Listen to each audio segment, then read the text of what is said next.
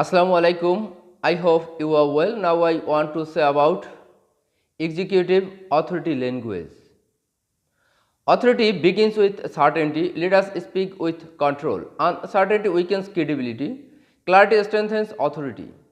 Strong leaders use direct language. Direct language reduces confusion.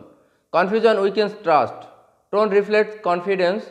Controlled tone commands respect. Respect reinforces leadership. Leaders avoid unnecessary words.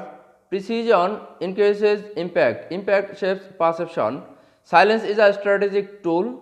Strategic silence creates pressure. Pressure reveals truth. Leaders remain composed under pressure. Composure stabilizes communication. Stability builds authority. Authority is not loudness, authority is control. Controlled communication creates influence. Thank you very much. Stay safe. Assalamu alaikum.